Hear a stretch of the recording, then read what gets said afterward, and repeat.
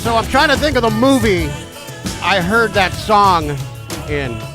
Peter Gabriel, In Your Eyes. It's the one where the guy's holding the boombox to his the girl that he loves, and it's raining, whatever. And we'll talk about that. And maybe our guest this morning can figure it out for us. Straight up at 8 o'clock, welcome to the Mornings with Ed show on the all-new Voice of Laguna. An absolutely perfect day here in Laguna Beach, and making it even more perfect is the fact that it's time for the Artist Corner. The Artist Corner being brought to you by the folks at the Honacar Foundation for Arts and Culture, raising the bar of the art that we see. We welcome in for the Artist Corner this morning and I'm not just saying this, I swear I don't say this every time, among my favorite artists ever is Elizabeth McGhee. Good morning, Elizabeth. How are you? Good morning. How are you? I'm doing very well, thank you. I love the fact that you came early and we had a chance to chat before this. As fascinating as I knew our conversation was going to be, I find it even more fascinating now.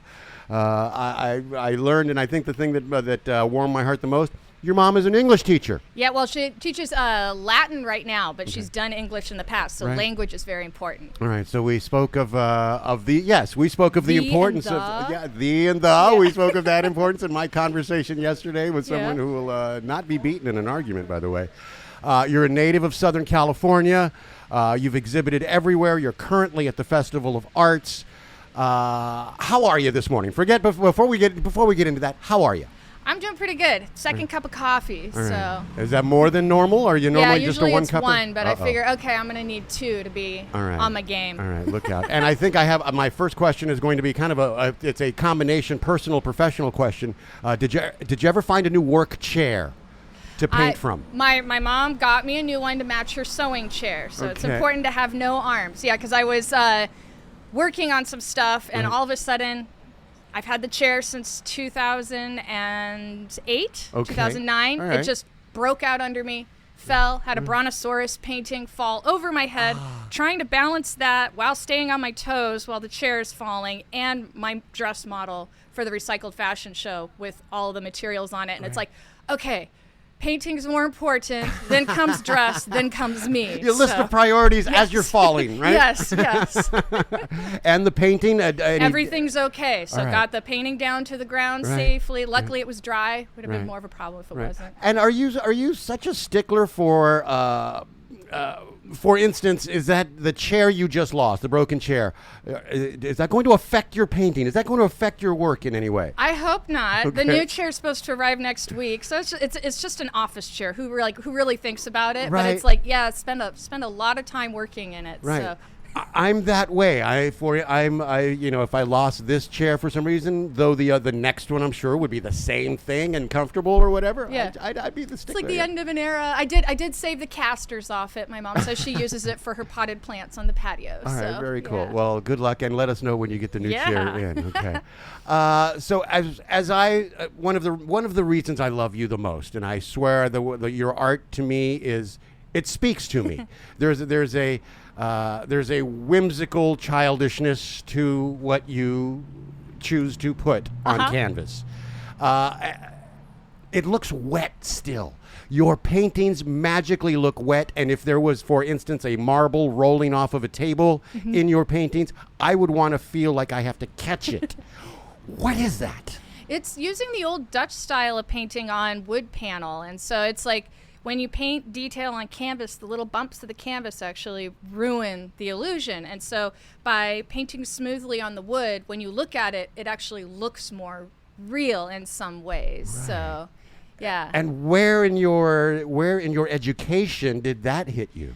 I didn't start out as an artist. I hated art as a kid. Okay. And my first forays into art in school, I knew I always wanted to paint realistically. And very kind art teachers, though, would say, oh, well, however you paint, that's your style. And so I was like, great, my stylists suck. So I didn't pursue any art, until high school. And I was doing anime drawings. But then I had an art teacher who was like, no, you wouldn't sit down and learn to play the piano by just banging on the keys and hoping you get Mozart. You would practice doing your scales. You would play other people's compositions. And then once you understand music, of whatever genre you're playing, then, you would have all the tools to create. So from there, I went to Santa Monica Community College and got rid of general ed and stuff because like college is expensive. And then I transferred down here to Laguna. So I grew up in San Diego, lived in LA, and then now I'm smack dab in the middle. So went to Laguna College of Art and Design, and then that's where I kind of perfected or tried to perfect doing realism. What a great analogy using the Mozart, and I love that. Thank you, beautifully explained. And as I look at the paintings that you have at the Festival of Arts, where you are this summer, and as I look at your paintings online, you got Bow Chicka Pow Bow, you've got Keep Your Ducks in a Row, Playboy Bunny, as well as several others. What is the fascination with childhood? I think that when we're kids, we tend to be exploring the world more, so we're thinking about why things are more than just going, this is how they are. So I think it's that curiosity. And I like painting toys because when you see a painting like of a train or a car, you go, that's a painting of a train or a car. But if you see a painting of a toy of a train or a car, you go, wait, why was that painted? Because it's already a symbol. So you're already kind of primed to think what's going on. Right. And so with toys, when they're arranged in weird ways, you're more likely to go, something's happening, but I don't know what it is. And I want people to kind of not only look at art, but to kind of look at the world, like why are things. So I'm not trying to tell people how to think, but just more, to be curious. Right. And there it is, right there. It is it is your own curiosity that we see coming off of your work. That's amazing.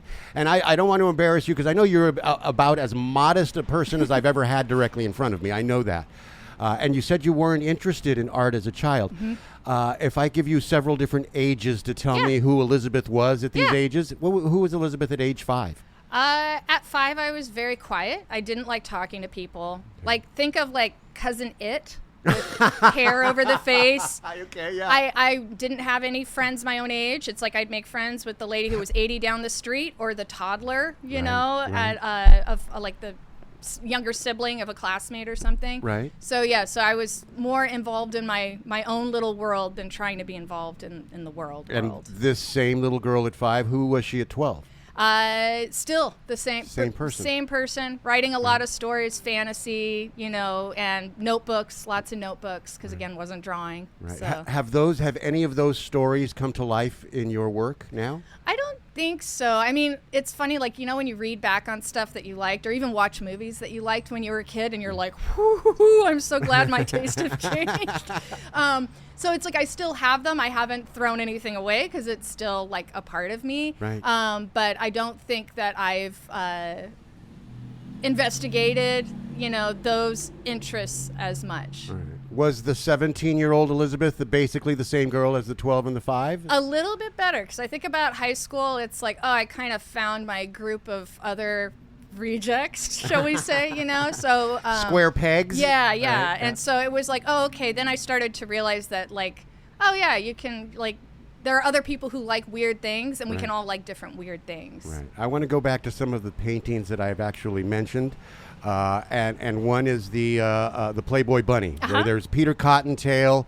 There are cards and dice floating, and for me the floating, first of all, is so real. As I mentioned, it feels like I'll grab a marble off of that table. But the floating cards and dice, as I can look through the red dice or red die, I can see the other side. And you've included as if I was looking through it, actually, and I'm seeing the other side.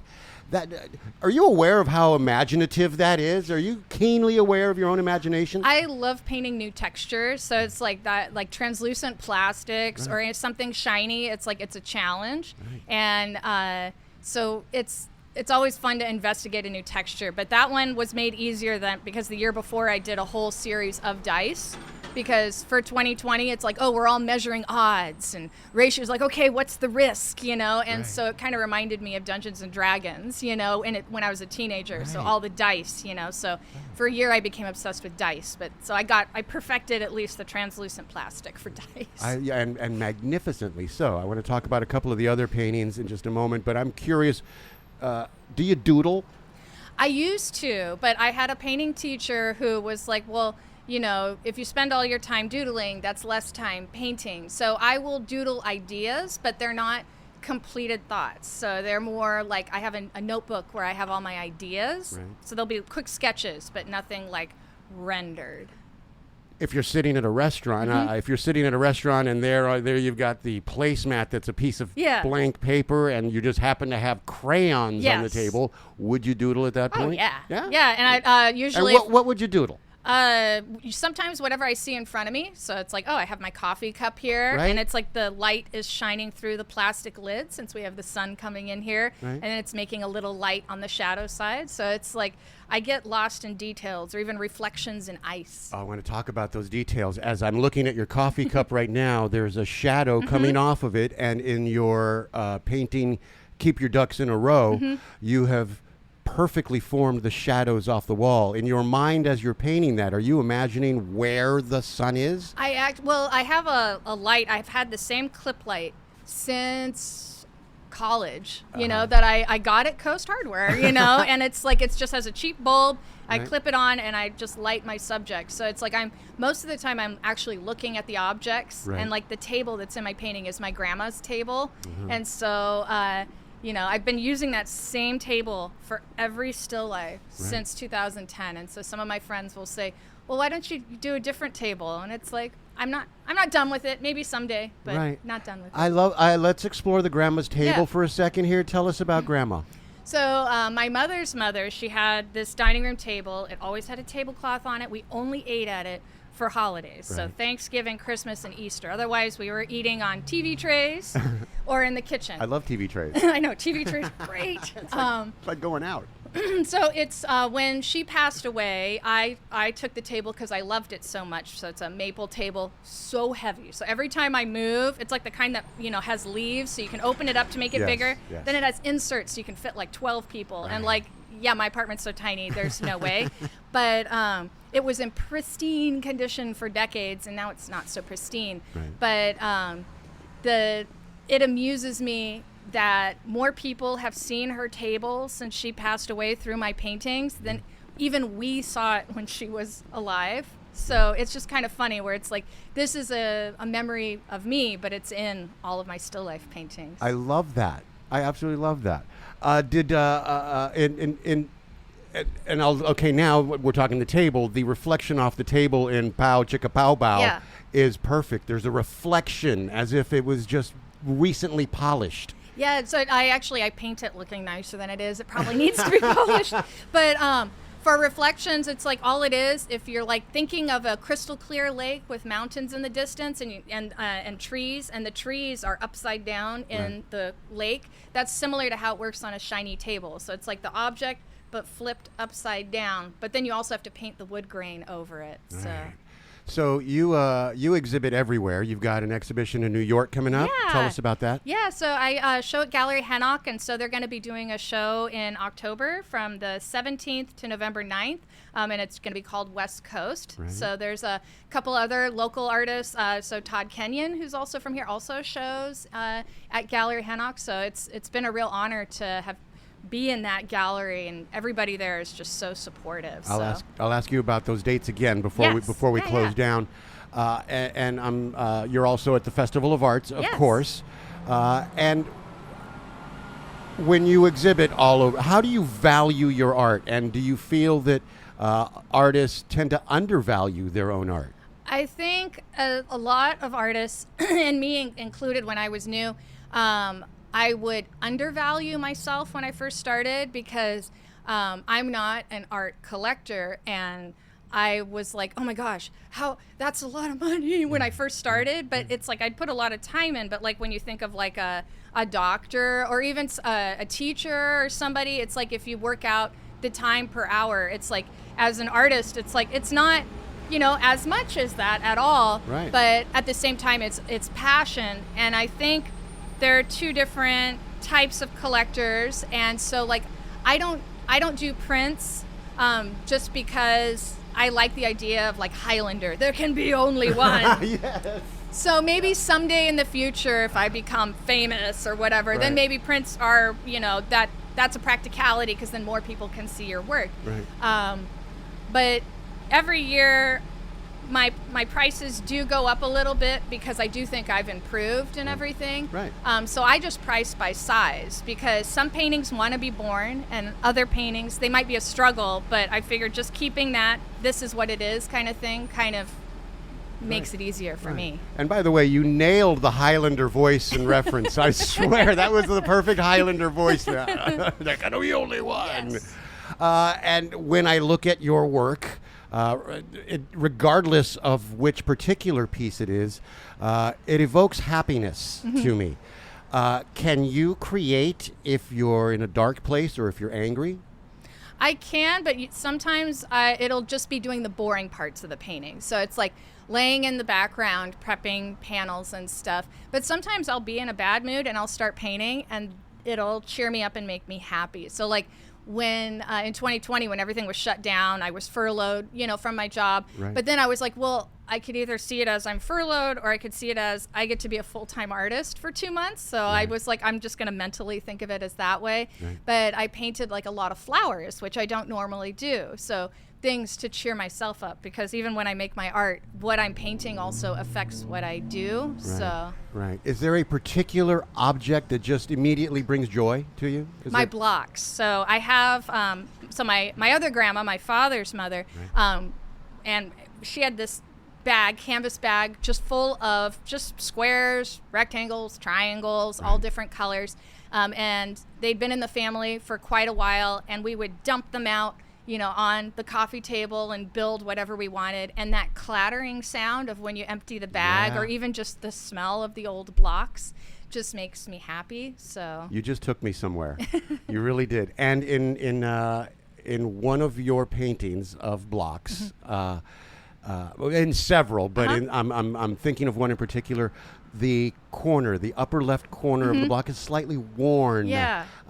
There's so much genius. And again, I don't want to embarrass you, but there's so much genius to that stroke. I want them to look like they've had a life, so they're individual, or like the Velveteen Rabbit, they become real as they get played with. They're not perfect. Right. And one of the fun things with the blocks too is not only do they make me happy, but I like the idea that there are abstract paintings, and so these are almost like abstract shapes but painted realistically. So it's almost my kind of response to abstraction. So like I'll have one, with a rectangle and triangle, and it'll be arranged so it looks kind of like a bird, so it's like goose, so it kind of takes that idea of toys as symbols even further to the abstract, where it's, you can see a house, but it's not really a house. I mean, it's just blocks, but... Right. Can you work on several different pieces at once? Yeah. And do so you? I used to just focus on one at a time, but like now I will, like if I have red paint out, I'll like look around and go, oh okay, cool.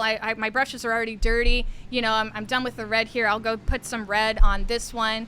Or some days I'll work on the tabletops, all day if I have like 2 or 3 paintings going, because brown dries so fast. Really? Yeah. Different colors dry at different rates. Yeah. Wow.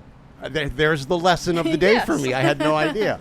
And we talked about a dark place, and can you create from a dark place? Do you ever see yourself creating something that is not whimsical? It's possible. I mean, I think my art is informed with how I feel, and I'm like, since I moved to Laguna, it's like the first time I came here, I like looked at the ocean, and like I grew up by the ocean in San Diego too, and I kind of missed it from living in LA and South Pasadena when I was in middle school. But it was like when I came here and met all the artists and just looked around, it was like, this is my place, So it really is your place. You my place. You are the perfect description of Laguna Beach. Aww. You are. If you were to have to describe Laguna Beach to an outsider who's never been here, you would just present Elizabeth McGhee and your art. Yay! But yeah, I definitely found I was happier since I moved here. Right, So right. Whose art do you have on your wall? I collect a lot of like local artists, but I don't collect what I paint. So I don't have still life and I don't have portrait, because my brain tends to work on it if I'm looking at it. And so I have landscapes. So like Jerry Wayne Downs was an artist who lived here for a very long time.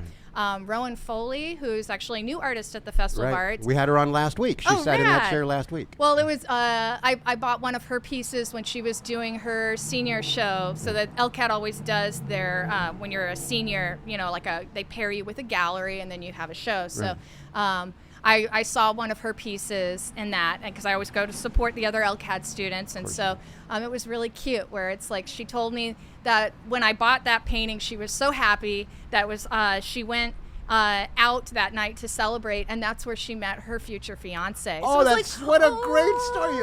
You are the reason for people in love. Look at that. I know. So anyway, but her work's amazing. So, and then I also have ceramicists like Sharon Jackman. So I try and surround myself with art that I can just look at and enjoy and not have to mentally work on in my head. Can you beautifully described, by the way, and can you tell us, or will you tell us, what you're working on now? Yeah, so I'm working on some more still life. So right now I have one set up kind of with a circle, but inside a square, so you're peeping through. So I have a whole row of different colored peeps. Right. So it'll be a peep show. Oh, very cool. But I still have the peeps in a bag because I don't like eating peeps. So sometimes when I paint a thing, I get to eat it. So it's okay, so my hole-in-one one with the donut and the golfer, I got to eat that chocolate Congratulations donut. there. Or even Bow Chicka Bow Bow. Took a photo of the bow, because it goes bad if you keep it on the table too long. And I live in my studio, so don't want that smell. But peeps I don't like, so. Well, they're disgusting. Yeah. They're disgusting, yeah. They look cool, though. But am I crazy, or was Hole-in-One on a TV show? Oh, yeah. I did two versions of it. So I did one with a female golfer and a rainbow donut, and then the one that I have at the festival is a male golfer with a chocolate donut. Okay. Because I couldn't decide sprinkles or chocolate. Sprinkles None of us can. Yeah. Why not both? But so it was kind of cool. Well, they were filming Blue Bloods at Gallery Hennock, and so they asked if it could be on there. But they even talked about it on the show. And my brother, whose mother-in-law loves watching that program. Right. It is a mother-in-law type of program. So yes. they were watching it at the house, and he saw the painting, and he immediately goes, "That person ripped off my sister." And so he called me to tell me, and I'm like, "Oh no, Alex, that was actually my painting." But thank you. So it was cool that my brother recognized my painting. Very, very cool. Yeah. Once again, before we roll, let our audience know about the New York. So show. It's at Gallery Hennock, which is in Manhattan. and 555 West 25th Street. Right. And it'll be from October 17th to November 9th. You can call them at 917-305-0003. If you miss any of that information, I've got it for you here. And Festival of Arts through when? How can we? Are you there? Are you there every day? Yeah, I try and be there most nights, but I try and take one night off a month or one night off a week just for sanity. But I am painting in my booth most evenings that I'm there. So I think I'll be taking Mondays and Wednesdays off, but the other nights I'll definitely be there. Right. I will say it again without hoping not to embarrass you. Your imagination just strikes so many chords with me. I absolutely love your imagination. I love your work, and I always love speaking with you. Yay, thank you. Thank you. Let's do this again. Totally. All right. Elizabeth McGhee was this morning's Artist Corner, 8:22 the time. The Mornings with Edcha will be right back. The most important things when selling your home are working with an expert you can trust and making sure all the I's are dotted and the T's are crossed.